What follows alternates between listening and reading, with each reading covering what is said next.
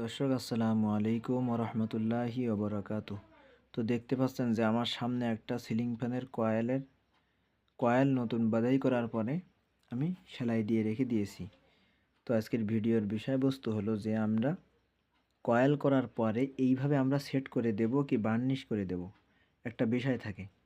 তো মূলত আমাদের যে সমস্যাটা হয় সেটা হলো আমাদের অনেক ভাই যারা আমরা নতুন মিস্ত্রি কাজ শুরু করছি তারা হয়তো জানি না যে বার্নিশটা মূলত কী কাজে ব্যবহার করা হয় বা কী জন্য ব্যবহার করা হয় আর কেন বা কয়েলে দেওয়া হয় শুধুমাত্র।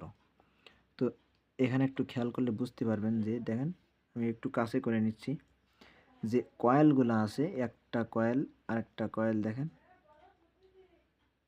একেবারে দেখা যাচ্ছে পরিষ্কারভাবে। তো যখন এইটাতে কারেন্ট দেওয়া হয় তখন এই কয়েলগুলো কী হয়, কাঁপতে থাকে এরকম কাঁপতে থাকে। যখন এই কাঁপবে তখন আমার এই কয়েলগুলো শর্ট হয়ে যাওয়ার সম্ভাবনা থাকে। কিন্তু এইটার থেকে মুক্তি পাওয়ার একমাত্র উপায় হলো যে আমাদের বার্নিশ করতে হবে। যদি আমরা এইভাবে ফ্যানে সেট করে দেই তাহলে কিন্তু ফ্যান চলবে কিন্তু লাস্টিং করবে না, অর্থাৎ বেশি দিন যাবত এই কয়েলটা আমরা ব্যবহার করতে পারবো না। তাহলে কি করতে হবে, আপনাকে আমাকে অবশ্যই কয়েল বাঁধানোর পরে ঠিক এমনভাবে সেলাই দিয়ে নিতে হবে যেন কোনোভাবে কয়েলটা আমাদের কি না হয়, লুজ না থাকে, টাইট থাকে।